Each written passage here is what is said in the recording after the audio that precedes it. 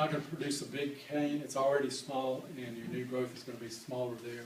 So I'm eliminating that, and the same with this one here.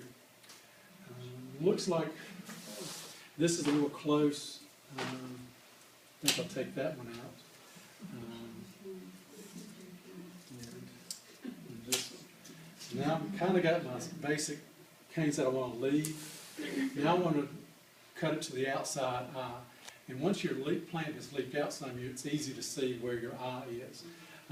It's the outside eye you would want to cut more towards something like this. You want to cut it so that the new growth that's going to bloom is coming away from the center. So it's going to come up this way.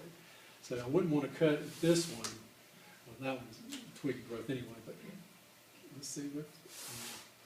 I wouldn't want to cut it, this one here, because the new growth is going to come to the center. I want to cut it the opposite so that it goes out and away from the center of the plant and opens it, keeps it opened up. So.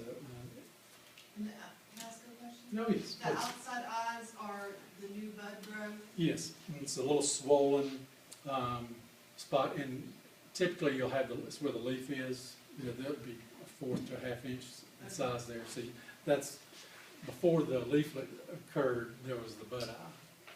So come in here. So you cut the ones that are heading towards the center of the plant and leave the ones that are heading outward. Yeah, I want to cut to the outside eye. So this one is coming to the outside, so my new growth is coming here. And this one I'm going to cut right above here. My new growth should have cut a little bit, supposed to get a 1/16 of an inch from your new growth. Yeah, just get close. Your new growth is going to come from there and bloom. Don't be afraid to cut your plant.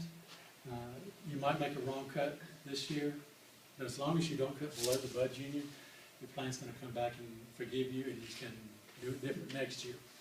Get out there and cut them. Most people don't cut enough, so that's one thing you need to make sure you get out there and trim them up. This one, I've got this one coming to the center, and I really don't want to encourage new growth to come that way. So I'm going to cut this one to the side, so it's going to go towards the side there. It could come here and cut it at this point or this one and force it this way.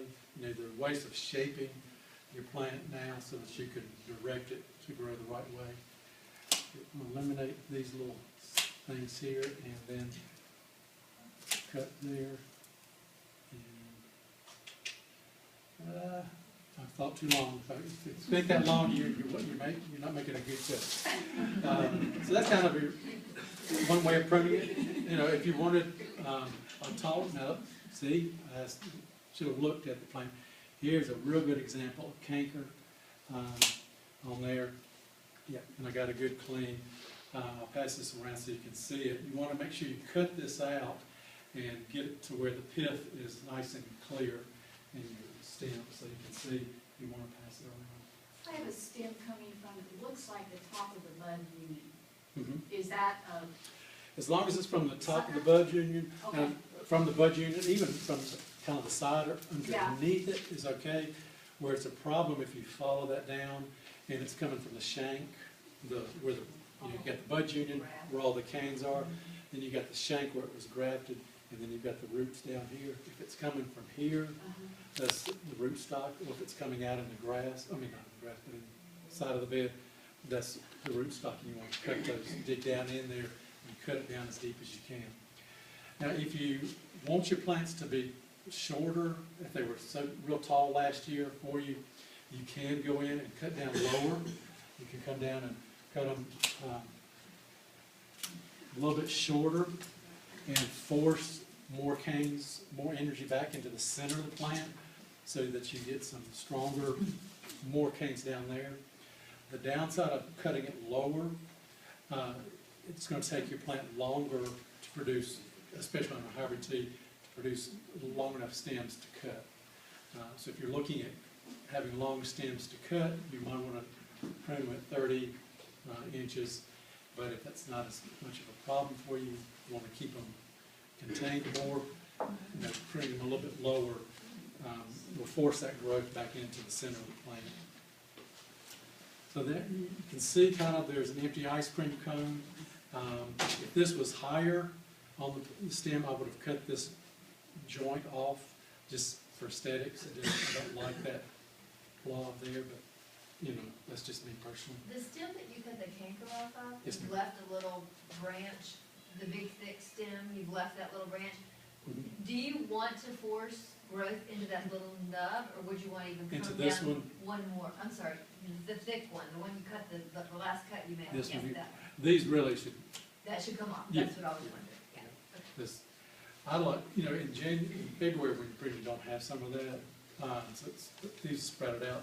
You know, I would have all of these kind of, these little stems that Okay. they just bother me. But that's me. I mean, but, you know, the point is to get out and prune and to do a good prune. Most people stop somewhere in between. And if you get out there and you see all that lush red growth, and you go, oh, I can't prune these, they're leafing out, or they're blooming, people say. They're not blooming, they're leafing out. And it's hard to get out there and prune. Just realize that could have more problems with diseases and insects during the summer than what you would have if you prune. And if you wait till later in this month to prune, you're going to delay your first blooming cycle a couple of weeks. So if you hadn't pruned, get out. This weekend is supposed to be nice and warm, so get out and prune. If you wait till end of March, your first bloom is going to come 2 weeks later than everybody else, most likely.